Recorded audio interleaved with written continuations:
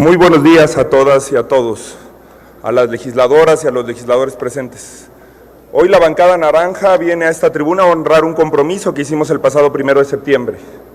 La primera iniciativa que se presenta al Pleno a nombre de una bancada, de un grupo de representantes de las personas, es simbólica, define cuáles son sus prioridades, qué se va a poner en el centro. El 1 de septiembre nosotros decíamos que la pregunta que define al servicio público, al legislador, es a quién le sirve y a quién representa. En las últimas semanas no hay un tema más importante para millones de familias en México que el regreso a clases.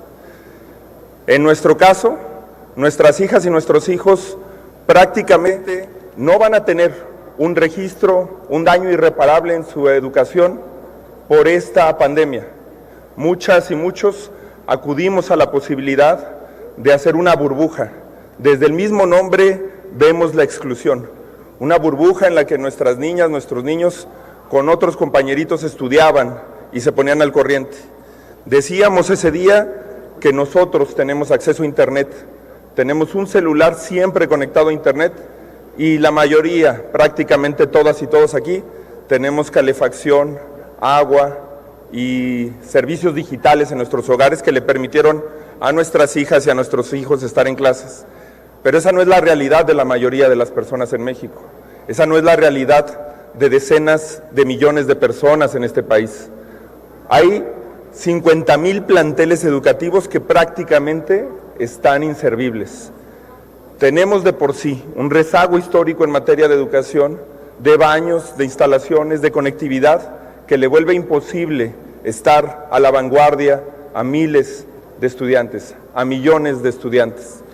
Creemos que no hay en este momento, después de haber recibido un paquete económico como el de ayer, que es un paquete económico que dígase lo que se diga, es de continuidad a una política conservadora, a una política que no combate la desigualdad, que no ataja la desigualdad, que no debe de haber una prioridad más importante que la que planteamos hoy en la Ley Federal de Presupuesto y Responsabilidad Hacendaria y en la Ley General de Educación.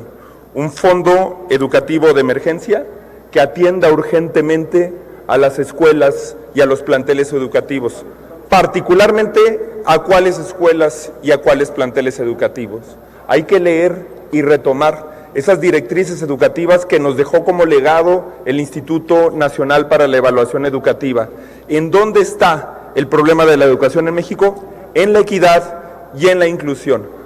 Particularmente queremos que se ponga atención en las escuelas multigrado, en las escuelas indígenas y en las escuelas a las que acuden las hijas y los hijos de jornaleros y jornaleras agrícolas. Ahí está el mayor rezago educativo y ahí sigue estando el problema de la desigualdad. Si la desigualdad no se pone en las niñas, en los niños de este país como una agenda de centro, lo vamos a lamentar. Es imposible que las políticas públicas de salud, de seguridad, de trabajo, de desarrollo social y de economía reviertan la desigualdad que se construye en la infancia.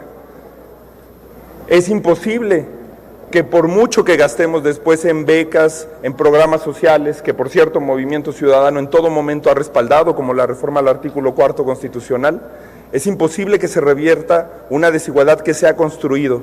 Nosotros decimos que para que haya un país sin clases, la prioridad debe de estar en un regreso a clases, en un regreso a clases seguro, en un regreso a clases igualitario y equitativo. Por eso es un honor que mis compañeras y compañeros hayan decidido que la bancada naranja ponga en el centro de la agenda que se va a discutir en este periodo de sesiones el tema educativo y este fondo educativo de emergencia.